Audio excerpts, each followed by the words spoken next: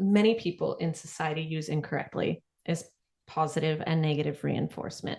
And they think that if they are praising somebody, that that's positive reinforcement. And if they're yelling at somebody, that that's negative reinforcement.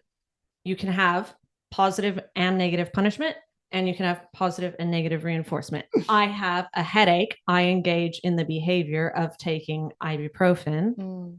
That then removes the headache, but it increases the likelihood that if in the future I have a headache, I'm going to take ibuprofen again, because it has, so that has, negatively reinforced my behavior of doing that again.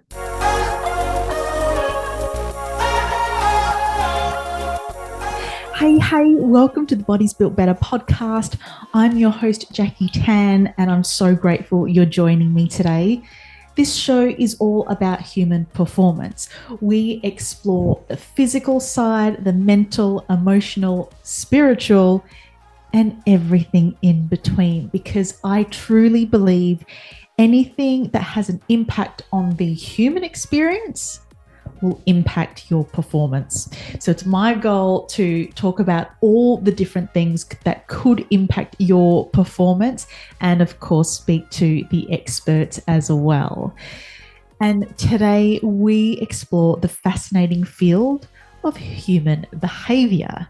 As humans, we are very complex beings, and our actions are often influenced by a multitude of factors that sometimes we're not even aware of. But with the help of a behavioral analyst, we can gain a deeper understanding of why we behave the way we do and how we can make positive changes to improve our lives. So it is my great pleasure to be chatting with the wonderful Caitlin Ambrosia today, who is a good friend of my good friend, Josh Smith, who is also joining me on the show. He will be guest hosting with myself as we chat with Caitlin about all the different ways that we look at human behavior and human interaction and communication, and all the things that we think we're doing that we don't think we're doing, and all of the things that we can help to improve our own lives and the communication that we have with each other. We also look at the different habits that we can embody and create over time, and how we can slowly chip that away and get back to healthier habits as well. It's such a fascinating conversation, and truly something that needs to be talked about more, because to be perfectly honest, before this chat with Caitlin, I had no idea that this was even a profession, that we could have a professional behavioral analyst come in and analyze the way we behave and communicate and help us make changes. So this was super fascinating. I know you'll love this episode. So let's dive straight in with Josh as my guest host, as we speak with behavioral analyst Caitlin Ambrosia. Caitlin, welcome to the Bodies Built Better podcast. Thanks for chatting with us today. Yeah, no worries. Thank you for having me. Josh said it'd be great to have a chat with you, and he prepped me maybe 10 minutes before. I had a coffee and I was driving in. I was like, this is what she does, learn it. That's exactly what he did. You're a behavioral analyst. Yep. Behavior analyst. Yeah. Okay. Tell us what even that is to begin with. Mm-hmm. And a bit about your journey getting to here. Oh, that's a lot of different information to get there. So behavior analyst, I study the science of human behavior. And I apply the science that has been researched for many years, and primarily I use that with clients. Can you hear my voice shaking? I can hear it. I can hear it. She's like, if I'm nervous, I'm just going to freeze. I was like, I'll talk for you. Josh, tell her what I do.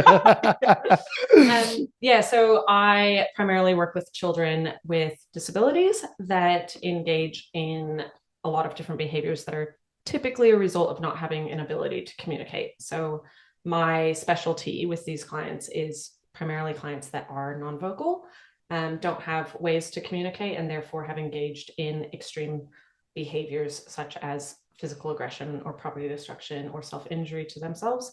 And I come in and analyze these behaviors, what they're trying to communicate, look at the function of them, and then put in interventions to teach replacement behaviors for them and teach a way for them to communicate what their needs are. The field of human behavior can be applied to absolutely anything, everywhere, anyone. That's just my specialty where I apply it. So how do you even start with someone who, what are you analyzing when someone's violent? Like, how do you understand what they are trying to communicate? So say, I guess if it's the first session where I've just met somebody, I'll start with a parent interview first and try to gather information around when these behaviors are occurring, what happens immediately before the behavior, what happens immediately after the behavior. And I'll send like a behavior diary to teachers, family members, stakeholders in that child's life to kind of collect data for a week for me to see what these behaviors are, what are the conditions that these behaviors are occurring in. I'll then read through that and analyze it. And sometimes I'll ask a family to film the behavior if they can, to set up a camera somewhere in a hidden spot so that I can then watch the behavior, or I'll come into the house, into those environments and get them to sort of set up those situations that typically trigger behaviors. There's something called a functional analysis, which has previously been run in labs, but it's basically setting up all the different conditions of the functions of behavior. So human behavior, it all serves one of four functions or a combination of those four functions. So that's sensory, meeting sensory needs; escape, which is escaping from an aversive situation or something that we don't like; escaping from pain. There's attention, so engaging in a behavior that gets us some sort of attention, whether that be posting on social media to get likes and comments, or standing up and dancing on a table to get people's eyes on you, whatever form of attention it is that you're seeking. And then the fourth one is tangibles, so access to a item, whether that be money or food or toys, or I would engage in the behavior of moving my hand to pick up my water so that I can access a drink of water. And so I look at, or I guess in the functional analyses in a lab, they would set up a control condition and then an attention condition, an escape condition, a tangible condition, all of those functions, and look at which one is causing the behavior to occur more frequently. And then they would know that's the function that they need to then go and teach a replacement to access that same exact function. So wow. I just do that not in a lab, but in somebody's home or in a classroom, and constantly just analyzing, why is somebody engaging in this behavior? What are they getting as a consequence of that behavior? Yeah. Mm-hmm. How long does it take to are we rewiring? Is this a brain thing? Are we rewiring patterns, or what are we doing, and how long does it typically take to then replace that behavior? Yeah. It really depends. Like I said, I work primarily with children with disabilities. So a lot of the times that's autism, some form of intellectual disability, developmental delay.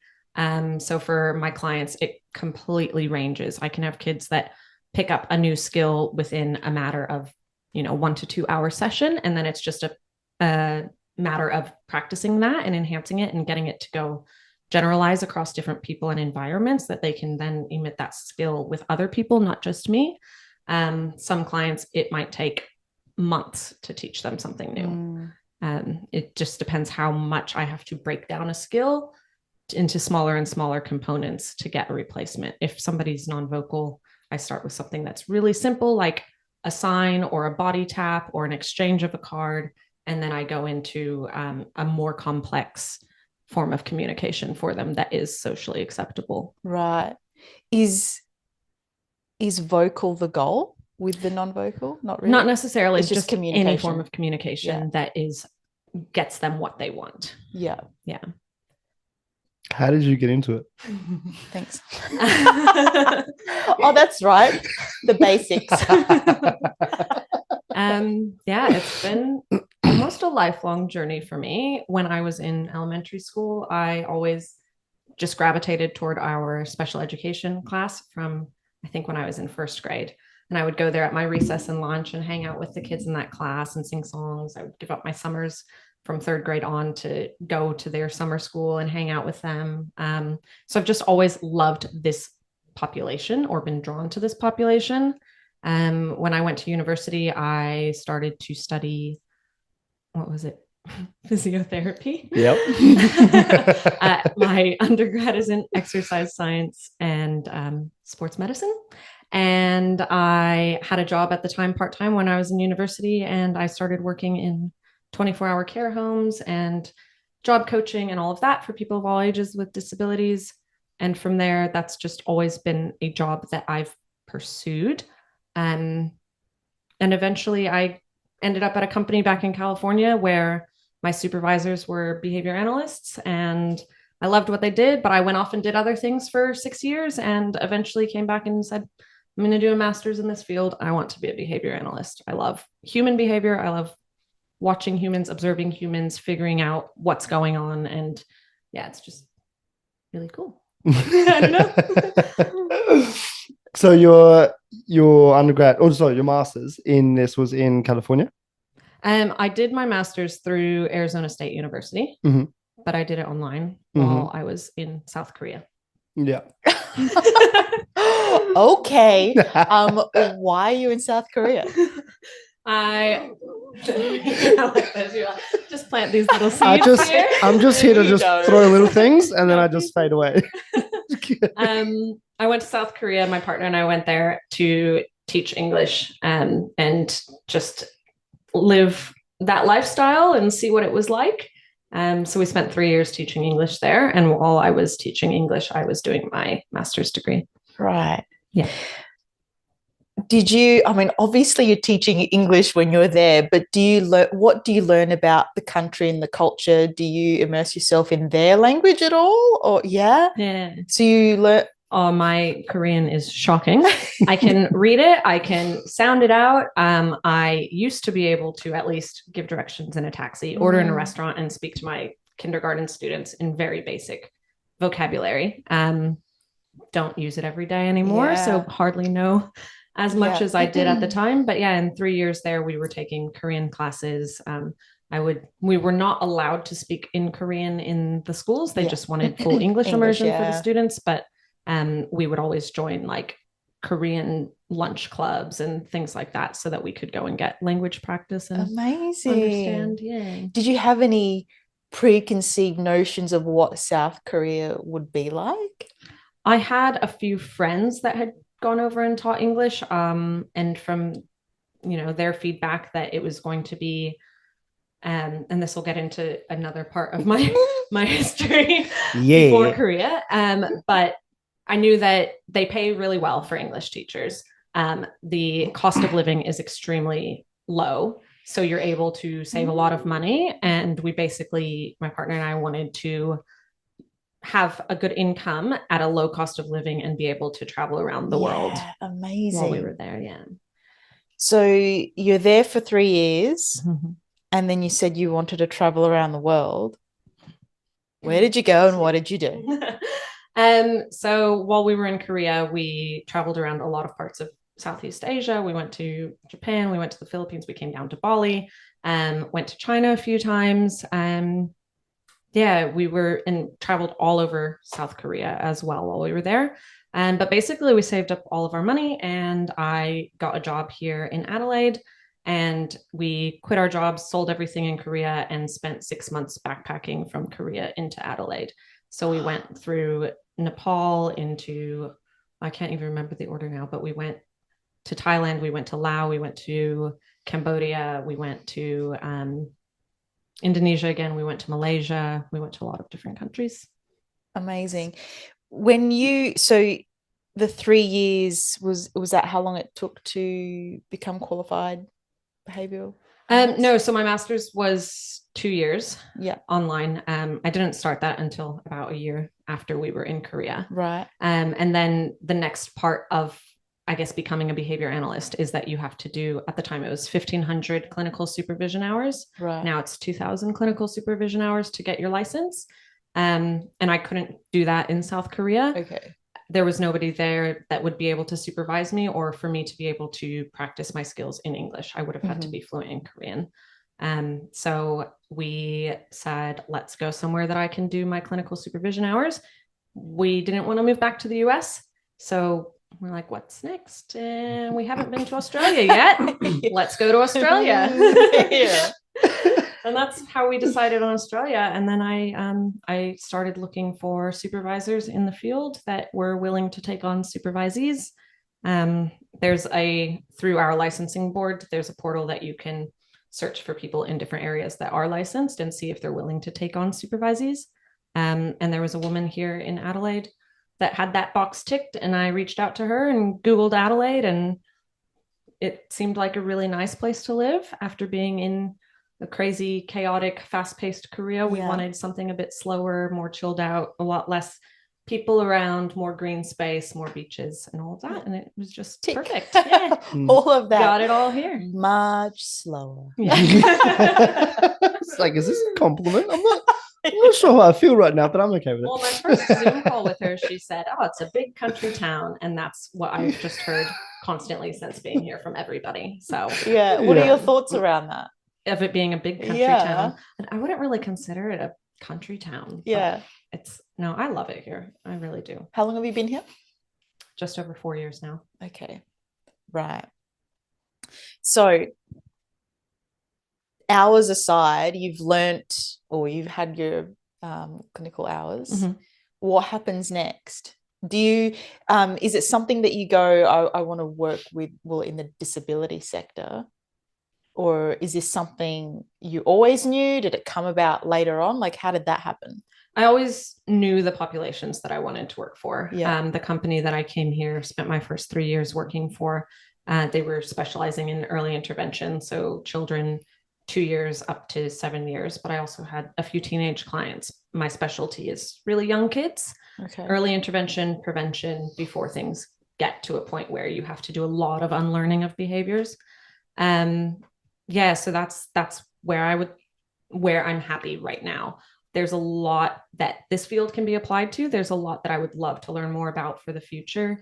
If I ever get sick of working with children, which I don't know that I will, but I might get tired. I'm not able to crawl around on the floor as much anymore and chase kids and have fun. But yeah, there's applications in like behavioral criminology that I would love to explore. I'd love to work in like prison systems and things like that, as well as, we've chatted about before, the fitness industry and how behavior analysis can be applied to, setting goals and achieving them and changing those behaviors in terms of health. Yeah, which I'd love to get into in a moment. But something you said, you love working with kids.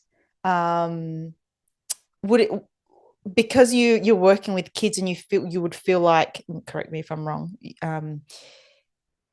that in the terms of the prevention stages, setting them up for, growing up, flipping that, working with adults where habits are so ingrained, would you say that would be harder or take longer to kind of, undo those habits, so to speak? Like, would that be a bigger challenge working with adults than it is with kids? Or I would think so. Only because our established learning histories and all of the times that we come into certain consequences because of our behaviors, they get strengthened and strengthened over time if we keep accessing those same consequences.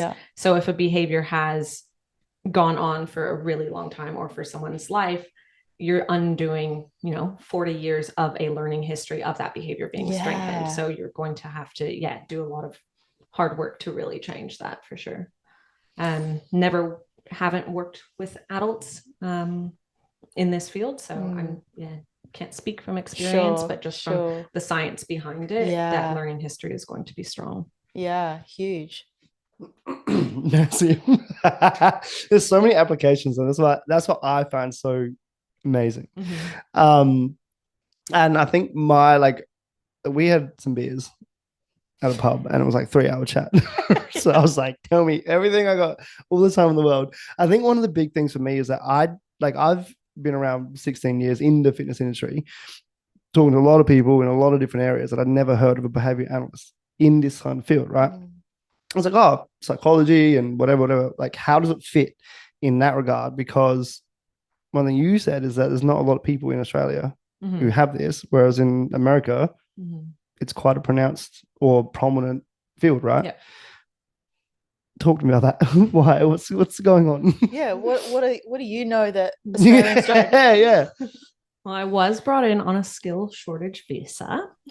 So that's why I'm here, to meet your guys' skill shortage. Yeah, I think that it's a bit further behind here in Australia.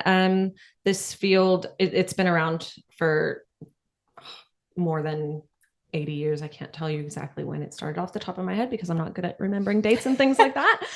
But it's been around for a long time. There's decades and decades of research in it, and it has evolved over time. It's very popular in the UK and in the US because that's where a lot of that research has taken place. Here in Australia, other states have a lot more behavior analysts. South Australia, I think we probably have around 20 to 30 now. When I got certified, I was the 9th person certified in South Australia. So it is growing. A lot of that had to do with there wasn't any masters in Australia for this field. So a lot of the behavior analysts in this country are from other countries that had studied abroad, gotten their certificates, and come to Australia to work and live. Mostly, probably 60% of my colleagues in the field that I know here are foreigners. But in 2019, maybe 2018, Monash started a master's degree in, I don't know how to say that school's name, Monash. You know what? We'll go with it. They started a master's degree in the field, and that made it more accessible. So in order to become qualified, you used to have a master's in behavior analysis to then sit for the exam and do your hours. Now they're taking anybody with any sort of background psychology and just allowing them to come into master's programs. So they're definitely trying to expand here. There was no certification board. The board that I'm certified under is in the US, and it is a national certification. That will change in a few years, and it'll just become an American Canadian certification. So Australia is in the process of setting up their own licensing board here, registration, all of that. It's just not a recognized field. Nobody really knows what I do here, unless you're part of the autistic community, I guess. They that's where the field has been applied the most, where the most research has been. So a lot of people in the autistic community will have heard of behavior analysis, but outside of that, there's not much exposure to it. Yeah, well, speaking of outside of that, like, where would you want to see it? I think that it could go everywhere. Yeah, I guess that's absolutely anywhere. One of the things that I think is really lacking here is that, so in California, where I'm from, pretty much all of the schools will have a school psychologist or a school counselor, a school speechie, and a behavior analyst. So they're employed by the school. They're there to work with the students at that school based on those students' needs. That doesn't exist here. Teachers don't have a lot of training in human behavior, how to respond to behaviors, how to make sure we're not reinforcing things, how to use positive reinforcement as opposed to punishment procedures. All of that shift, I think, really needs to happen in schools here. I would love to see, first and foremost, probably behavior analysts in schools accessible to teachers that just need help with classroom management, need help with managing student behaviors. What would that look like? I mean, so one behavioral analyst in a school. So how do they go in? How would they support the teachers? Are they, in the classroom watching students? Are they only called upon when someone has a student that's playing up? I know that's not like the right terms, but do you know what I mean? Like when and where is the behavioral analyst coming into the situation? Well, before I get to that, I think from my perspective, where I'm at currently in my role, I do go into schools and I would love to help train teachers up. Because I'm not hired by the education department, I'm hired by my clients' families to go in and support my client in the classroom, in the school. But because I'm not an education department employee, the school doesn't really have to buy into anything that I'm telling them. or listen to me or give me that space, because it's the family that's hired me, not the school. Wait, so you can go in and there for the child, but how can you support them if you don't have the support of the school? It's really difficult. And this is why I want to see this change here. Yeah. So, and all of my clients are NDIS participants. So then that becomes an issue if they don't have the funding or the funding is cut, then they no longer will have that support at school. What I would love to see is that schools are able to invest money in having a behavior analyst there, that teachers can come to me and say, look, I'm really struggling with this student, or I'm really struggling with classroom management. Can you come in and have a look? And then we would sit down and do an analysis together and come up with an intervention plan and different strategies that they can use in the classroom. And then it might be that I'm coming in and overlapping with the teacher for a few days, or training up the SSOs for a few days. And then, yeah, just being accessible at the school whenever they need me, not specifically for one student, which is where I go in now, is just one single student. And I just see so many kids around that really need help. And I see teachers struggling, but I'm hired by that student's family. I cannot speak on any of that. I can't advise. I can't help out in any way. And then again, because the education department isn't recognizing of this role or hasn't hired me, the teachers can't really ask me for any advice. That's crazy. And I think if more parents knew that someone like yourself could come in and help not only the kid, their child, but all of the kids through supporting the teachers, I mean, you'd think that the education system would be doing something about it then. I mean, it makes life easier when you can communicate with your kids and they're learning because those needs are being met. Yeah. And a teacher might not understand that they've inadvertently reinforced somebody's behavior that's then going to cause the likelihood of that behavior occurring again to increase. Yeah. So if a child, throws something and the teacher says, out of the room, I'm calling mom, you're going home, then that child's like, sick. This is how I get home. They're going to keep engaging in that behavior because it ends in that consequence of them being able to escape a demand, right? Then it becomes a strengthened escape behavior for them. And that's a punishment procedure of removing somebody and sending them home, yet it's actually reinforcing that kid's likelihood of doing that again, because they find going home reinforcing, or having an early day reinforcing. And I see that happen a lot with students, especially students with different disabilities or that can't communicate. They might bite somebody and the school's like, no, we have a no biting policy, you're out of here, rather than like, no, what are they trying to communicate? Why are they biting? What else can we get them to do instead of biting to get what they want, to access their needs? So yeah, I think definitely having somebody that can come in and do functional analyses of behaviors and say, actually, this is what is maintaining this behavior. This is what's causing this behavior. How can we rearrange the environment so that this child can be more successful here, rather than just getting rid of the problem, essentially. Yeah, that's right. I was like, I'm gonna get my phone out, just start like taking photos of your face during this, Jackie. It's confusing. I mean, how is this not implemented in schools by now? I mean, how long have you been doing this? I've known about this field for 15 years. Yeah, I've been doing this in Australia for 4 years. I would probably close to 10 years previous that I've been actively in this field. Right.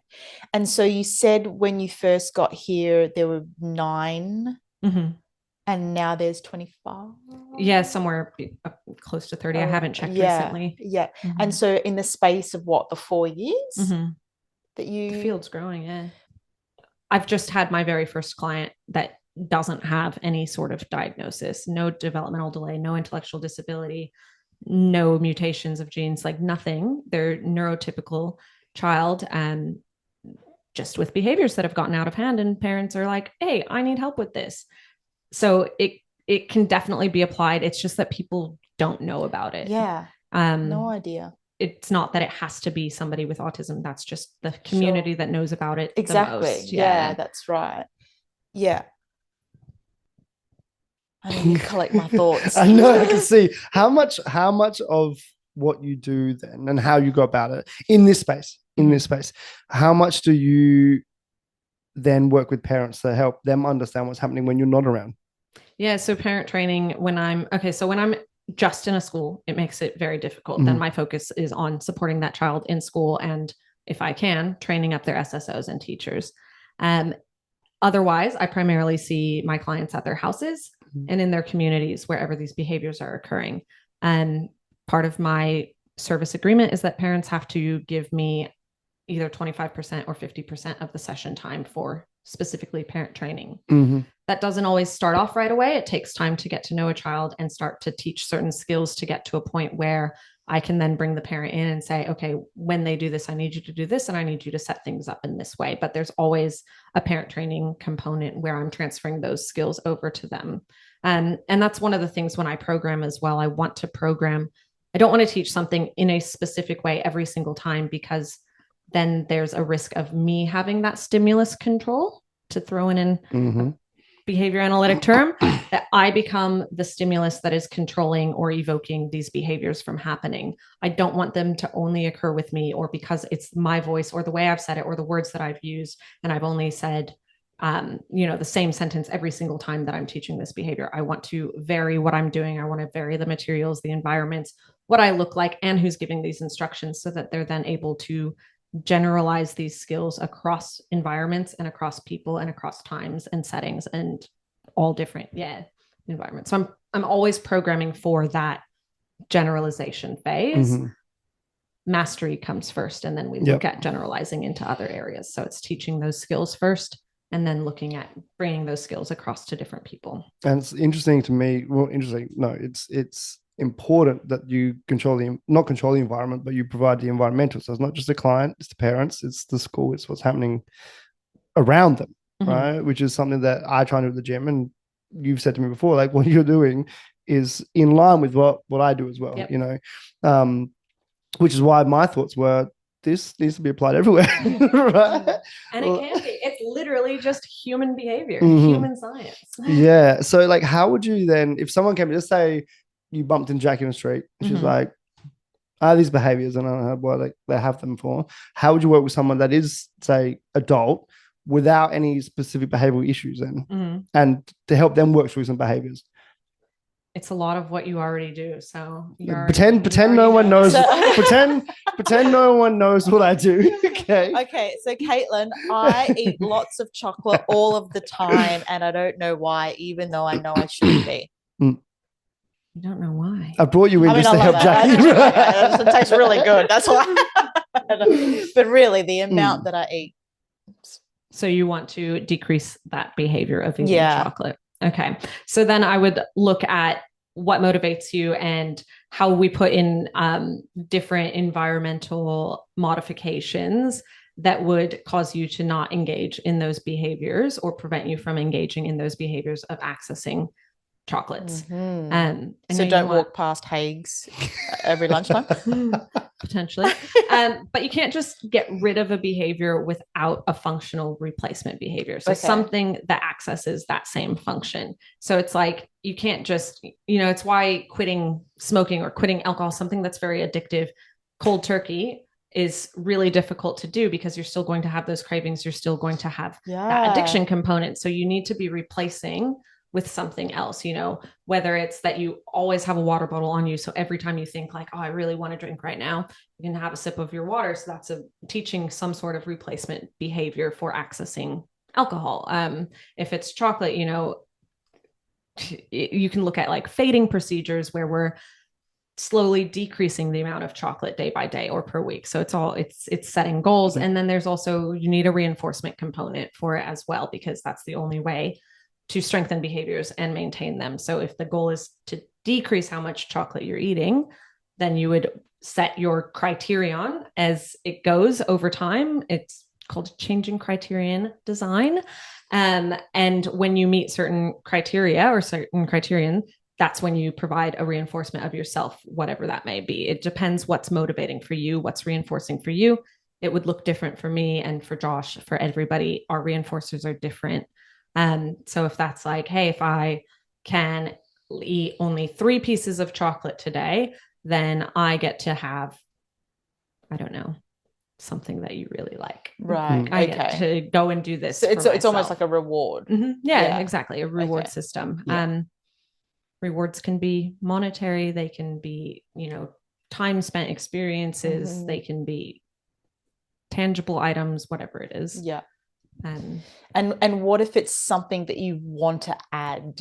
So obviously, Josh, training, you would get a lot of this, people want to add training to their routine and get healthier. And, how do we, we've just given my example of, I don't want to be eating as much chocolate. What if I want to be getting stronger, or adding a habit, or habits. So again, setting those goals, looking at what is your target goal, what is that final thing that you want to hit, and then breaking that down from there into smaller sub goals, and building in planning for reinforcement for meeting certain smaller goals. Whether it's like, I want to get up and go to the gym every morning, I might say my goal is to do that 7 days a week, but I'm currently going 0 days a week. I'm not going to start off with, all right, if I go 7 days this week, then I get to buy myself new running shoes. Because for one, I'm probably just going to buy myself new running shoes anyway. And I'm not going to hit 7 because that's not what I'm used to. I would start with 1 day a week and then 2 days after I've been able to do that consistently. And so it's, if you increase the demand or the expectation too quickly, that's when you're either going to get a resurgence of your previous behaviors or different adverse behaviors popping up. So yeah, if I'm going to expect that somebody goes 7 days a week to the gym when they've gone 0, we're probably not going to hit that goal. And then that's demotivating as well. So setting up, I think that's the first step, is breaking down those goals into really small steps. And even as small as like, okay, I'm going to set my alarm for 6 a.m. And when it goes off, I'm going to get up and put on my gym clothes. And if I don't feel like going after that, like that might be my very first step. Good. Like, I've put on my gym clothes. Cool. Now I can go back to bed or do what I need to do. That's different. So it's like, and I break it down this small with some of my clients as well. Like, we want to get up to somebody sitting at a table and completing a 15-minute worksheet, but they currently struggle to even transition to the table. So it's like, all right, let's go sit down. Bum touches the seat. Fantastic. Let's go play. And we're just reinforcing that very small behavior. And then the next time, once that's consistent, we look at, okay, sit down, do 1 problem. Nice. Let's go play. So it's just like, you can break it down as small as you need to. It would be looking at, where are those obstacles? Where are those barriers?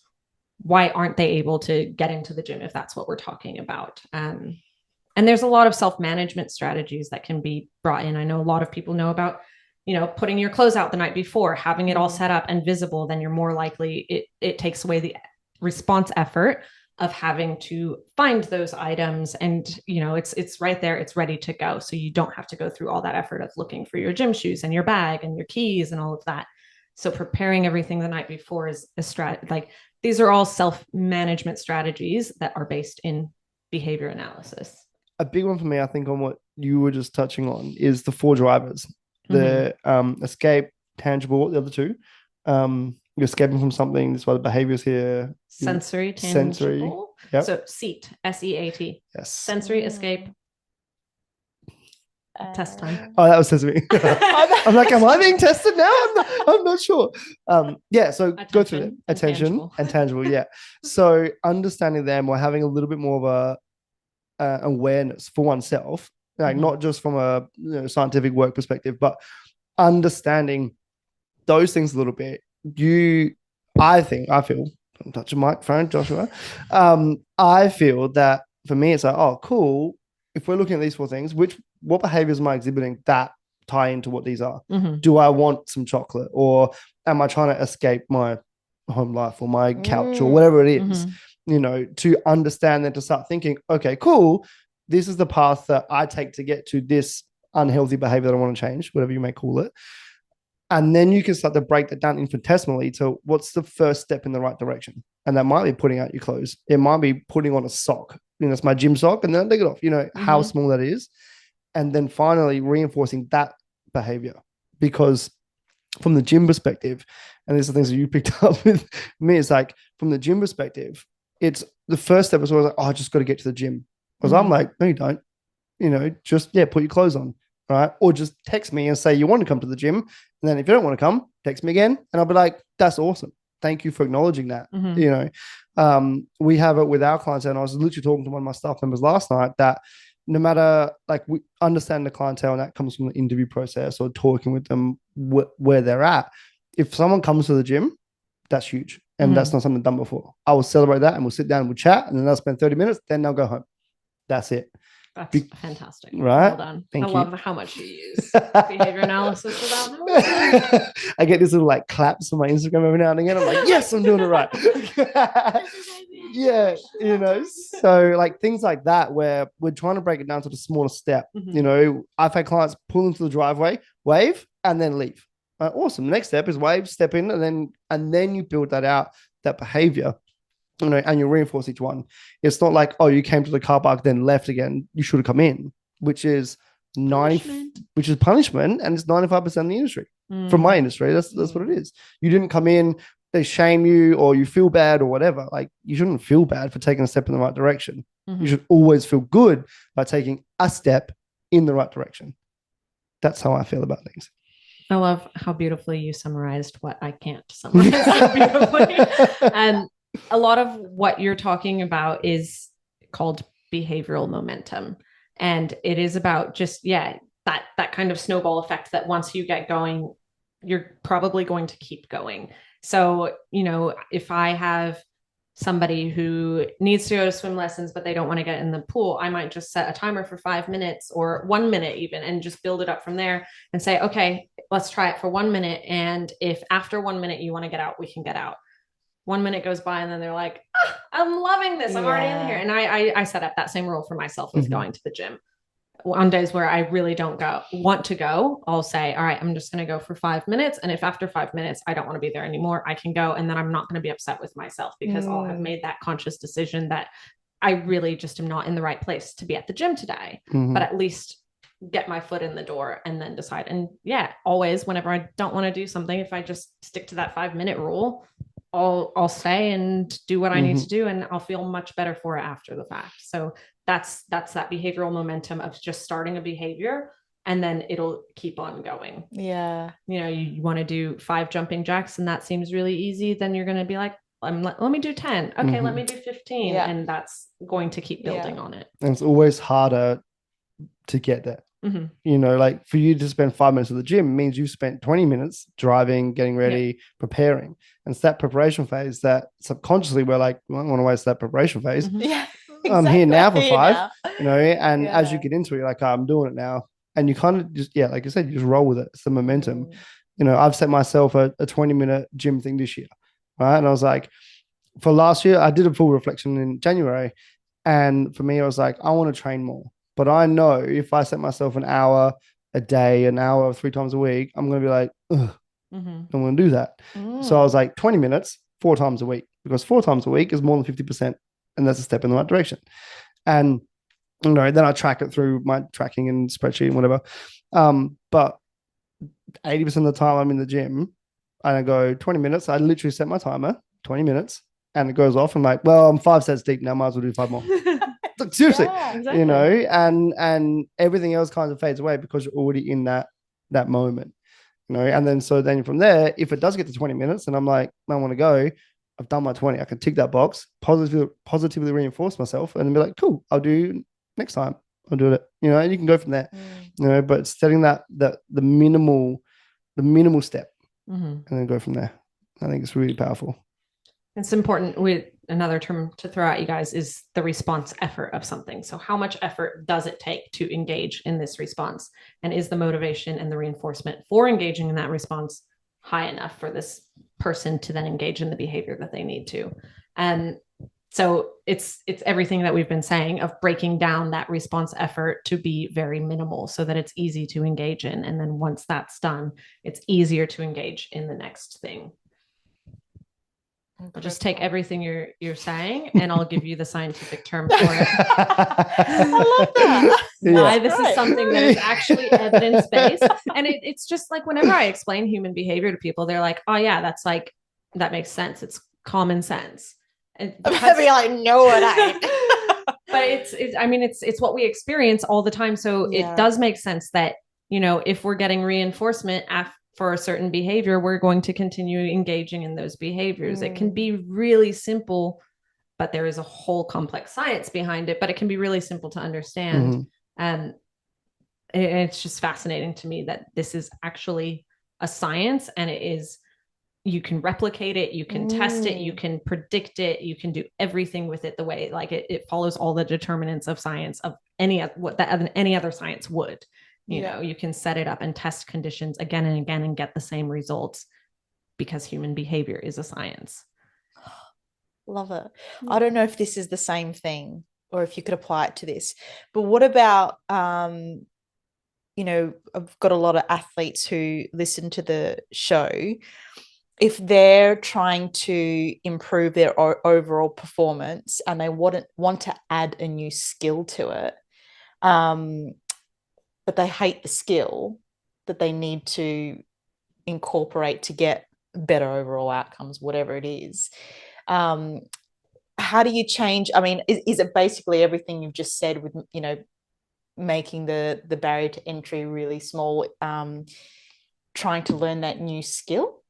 Yeah, essentially, if something's really aversive to us, we're going to avoid it, right? Yeah. And so trying to take things that are aversive and then pairing them with reinforcement will make it less aversive over time.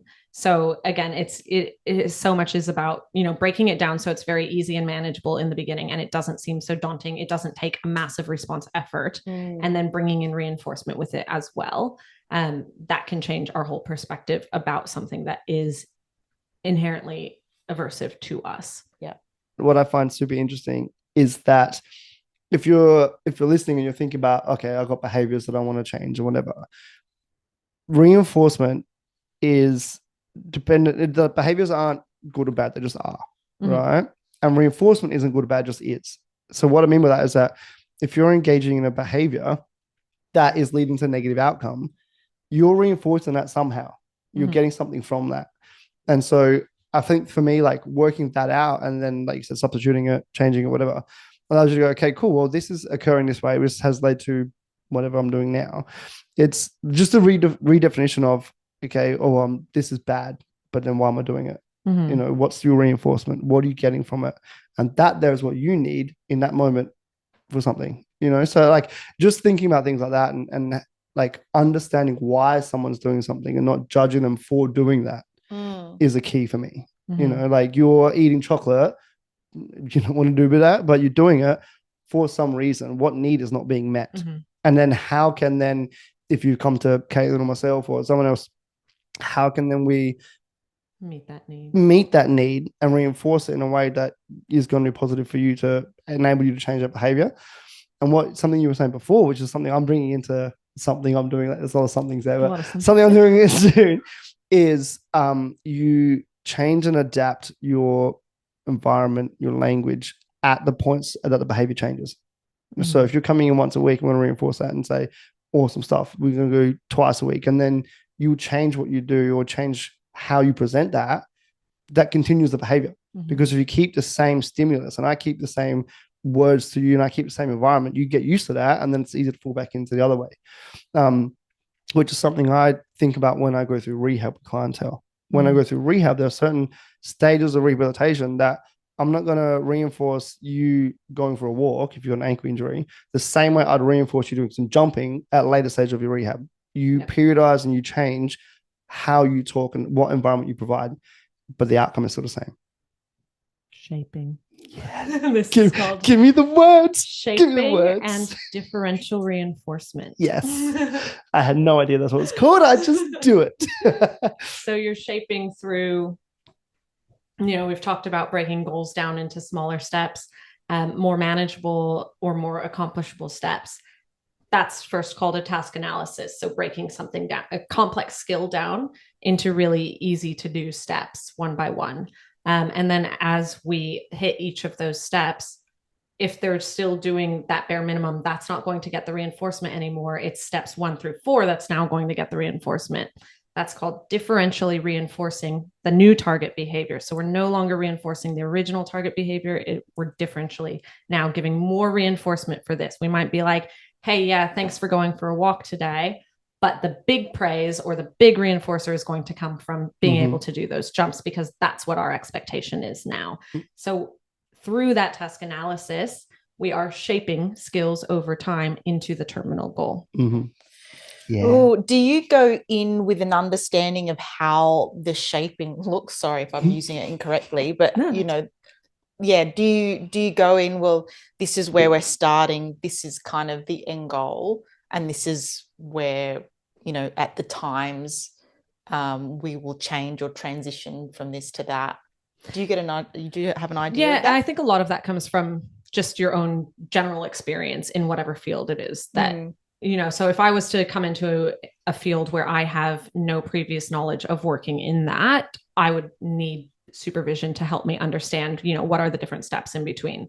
With my clients, I'm very well versed in looking at those skill deficits and finding out where those gaps are or where splinter skills are, and looking at where we need to change things and train up new skills.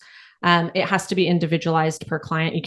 You don't come up with just one workout regimen and give it to everybody, right? Everybody has their own individual one based on what their goals are, based on what their capacity is, where their capabilities are, where their skill sets are, and what you can do to shape. So that's always changing for me as well. I might write out my initial task analysis to teach a complex skill, and it'll have X amount of steps on it. And then when we're going through it, I might then see, actually, there's another deficit here. So we need to add in another step here, or we can skip these steps because this person is able to do that already. So it has to be a very flexible thing that you're easily able to adapt and look at based on your knowledge of that person or that client, what they can and cannot do. Can I change behavior around language really quickly? Please. A few things. Of course. One of the things that everybody uses incorrectly, not everybody, that's an absolute, many people in society use incorrectly, is positive and negative reinforcement. And they think that if they are praising somebody, that's positive reinforcement. And if they're yelling at somebody, that's negative reinforcement. After a behavior occurs, there's a consequence, and it will either be punishing or reinforcing. So it's either punishment or it's reinforcement. You can have positive and negative punishment, and you can have positive and negative reinforcement. And that all depends on if something is being added, then it's positive. If something is being removed, then it's negative. So negative reinforcement reinforces something because it's increasing the future likelihood of that behavior occurring again, but it might be removing something else. A lot of somethings there. Yes. So say I have a headache, I engage in the behavior of taking ibuprofen. That then removes the headache, but it increases the likelihood that if in the future I have a headache, I'm going to take ibuprofen again, because that has negatively reinforced my behavior of doing that again. If somebody praises a student or a client or an athlete or whatever, and they're like, yes, good job, well done, I love that, and they think they're positively reinforcing them, but actually that person's behavior starts to decrease, it's probably because your praise is not actually reinforcing to that person, and it's actually acting as a punisher. So just like that language around, you have to look at the future occurrences of behavior to know if something is actually reinforcing for somebody or if it's punishing. But positive reinforcement just means that you've added something on as a consequence of a behavior. I think you've really distinctly said what I was trying to say before. And I was like, no. Yes, thank you. Science. Yeah. I mean, there'll be a part 2. I think so. I mean, I'm not a parent, but I can imagine parents listening to this going, "Oh, what the hell do I do now?" Do you know what I mean? Like, call me. Exactly. So tell us more about how hit the link down below at the bottom of the screen. Do you work for yourself? Do you work for okay, tell us more about how you do your work and how people can get in touch with you. Yeah, so I started my own business last March. Oh my gosh, it's been a year. Yay, congratulations. Yeah, and I started out with an idea that I wanted to work primarily with children 2 to 6 years old in early intervention, really intensive therapy. Hasn't turned out to be that way, and that's completely fine. It's always morphing. Now I've taken on some roles of behavior consulting. So where parents are calling me or somebody's calling me up and they don't want that long-term intensive skill building therapy, but just help with behaviors. So I'm happy to do that. I'm happy to come into schools and do behavior consulting. I'm happy to come into organizations and train up staff if they need help around those sort of things. I would love to get more into that while still, having my time to work with the children that I do one-on-one. But yeah, I'm open to all of this. Amazing. Do you have a website? No. Okay, If you so don't- an email though. Yes, I have an email. Great. So we'll put the email in show notes and links and everything, because what you do is so important. Yeah, thank you. Huge. I think so too. Yeah. So to all the parents, I think it's the parents that are the key to changing the behaviors of the school system and teachers and just influencing them. Yeah.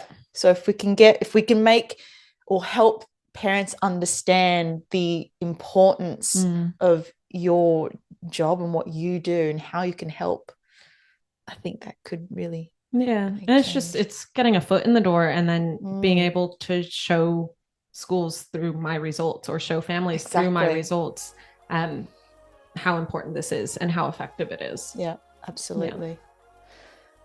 Caitlin, thank you so much for chatting with us. This has been amazing. Thank you so much. This is really fun. Thanks for having me.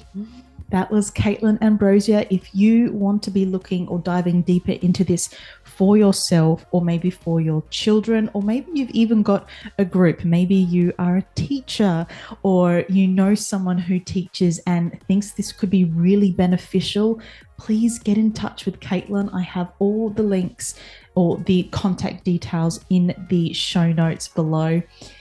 So please get in touch and let's try and make great change and impact not only our own lives, but those of others. If we can create better communication and open this conversation of how to communicate better and improve our lives and improve our learning situations, then our potential and opportunity and possibilities are really endless. So all the contact details are in the show notes, or if you're watching on YouTube, then in the description below. If you enjoyed this episode, please share it around, because the more people that hear about this work, the more incredible work that can be done out in the community. And also, if you love the episode, please give us a review or a rating, because it really helps get this podcast in front of those who really want to be hearing this information and knowledge as well. So thank you as always for tuning in. I appreciate you. Have the best day, week, month, and year. Stay awesome, and I'll catch you next time.